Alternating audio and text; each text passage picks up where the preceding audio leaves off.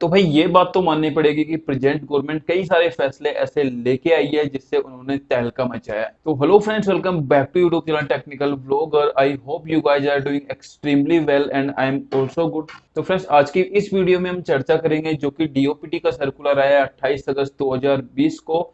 On pre mature retirement, जिसमें fundamental rule 56 जे और fundamental rule 56 आई के तहत वो किसी भी गवर्नमेंट कर्मचारी को जिसकी 30 साल की क्वालिफाइंग सर्विस कंप्लीट हो चुकी है या फिर जो 55 साल की एज का हो चुका है, उसको 3 महीने के एक अग्रिम नोटिस देकर उसे प्री मेच्योर रिटायरमेंट दे सकती है। तो चलिए फ्रेंड्स, आज की इस वीडियो में हम इसी बारे में बात करेंगे कि क्या है फंडामेंटल रूल 56 जे और फंडामेंटल रूल 56 आई, और क्या है सीसीएस पेंशन रूल्स 1972। तो फ्रेंड्स, रिसेंटली 28 अगस्त को डीओपीटी का एक सर्कुलर आया है जिसमें उन्होंने वापस से क्लियर किया है कि किसी भी गवर्नमेंट कर्मचारी को जिसकी क्वालिफाइंग सर्विस 30 साल की कंप्लीट हो चुकी है या फिर जिनकी एज 55 की हो चुकी है, उनको जो अप्रोप्रिएट अथॉरिटी है वो 3 मंथ का एडवांस नोटिस दे सकती है कि आपको 3 मंथ के बाद में हम रिटायर करते हैं, या फिर उनको 3 मंथ का एडवांस सैलरी और अलाउंसेस पे करके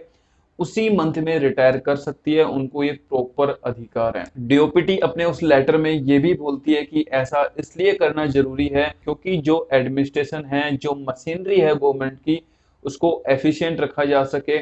उसको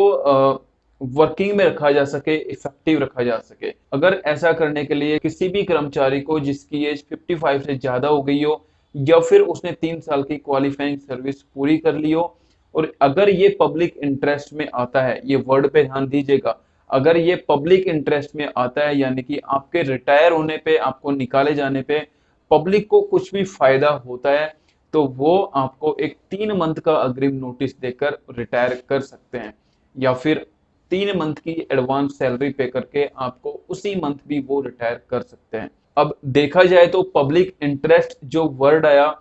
इसका क्या मतलब निकाले? इसका मतलब ये है कि आप उतना काम नहीं कर पा रहे हैं जितना आप पे अब एक्सपेंडिचर हो रहा है, मतलब जितना आप पे अब खर्चा हो रहा है। अगर आपकी यूजेबिलिटी उतनी नहीं है तो बिना किसी रीजन के, मतलब बिना किसी पेनल्टी के, बिना किसी आपका जुर्म किए हुए, वो आपको 3 महीने का एक एडवांस नोटिस जारी करके रिटायर कर सकते हैं। जो फंडामेंटल रूल 56 जे है वो एप्लीकेबल होता है ग्रुप ए और ग्रुप बी के कर्मचारियों के लिए, और जो फंडामेंटल रूल 56 आई है वो एप्लीकेबल होता है ग्रुप सी के लिए। मोटा मोटा कहने का मतलब ये है, चाहे आप ग्रुप ए में हो, ग्रुप बी में हो या ग्रुप सी में हो, इन रूल का वास्ता देकर अब सरकार आपको बाहर का रास्ता दिखा सकती है। यहाँ पे गौर करने वाली बात ये भी है कि जो हमें बाहर का रास्ता दिखाएंगे या फिर जो ये सब रूल इंप्लीमेंट करने जा रहे हैं, उनकी एज कितनी है और वो कब तक रिटायर नहीं होते हैं, इस बात का भी थोड़ा सा गौर फरमा लेना चाहिए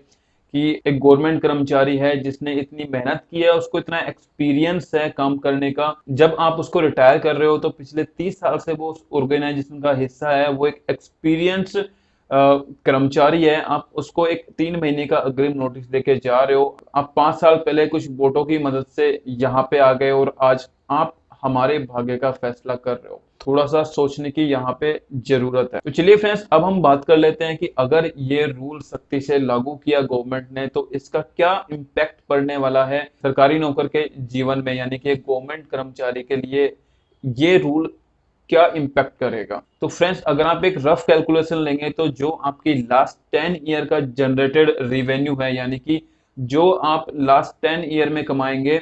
उतना आप बाकी के 30 ईयर्स में भी नहीं कमा पाएंगे। यानी कि फ्रेंड्स, जब तक आपकी सैलरी काफी ज्यादा हाई हो जाती है, अभी हम एनपीएस के अंडर कवर्ड है, यानी कि जो हमारी सेविंग है वो एनपीएस में जाती है, और जब हम लास्ट के 10 ईयर्स की सर्विस में रहेंगे वहां पे हमारी सेविंग्स भी काफी अच्छी खासी होती है। और अगर हमें ये रूल की मदद से बाहर निकाला जाता है तो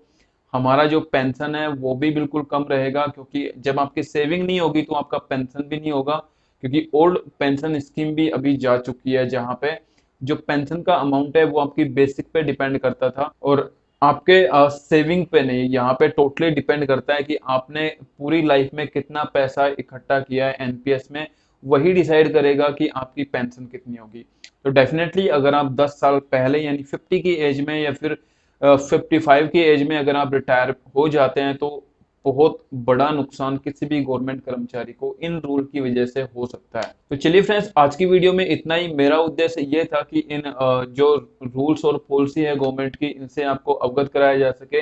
और साथ में मैं सोच रहा हूँ कि एक सीरीज लेके आऊँ जिसमें हम बात करें गवर्नमेंट के रूल्स एंड रेगुलेशंस के ऊपर, जो भी गवर्नमेंट सर्वेंट्स को फैसिलिटी दी जाती है लीव के ऊपर, बाकी सारी चीजों के ऊपर। तो अगर आप इस टॉपिक पे वीडियो देख चाहते हैं तो कमेंट बॉक्स में जरूर से बताएं। और वीडियो आपको अच्छी लगी हो तो चैनल को सब्सक्राइब करें, वीडियो को लाइक करें। मिलेंगे किसी नई वीडियो में, तब तक के लिए जय हिंद, वंदे मातरम, बाय बाय।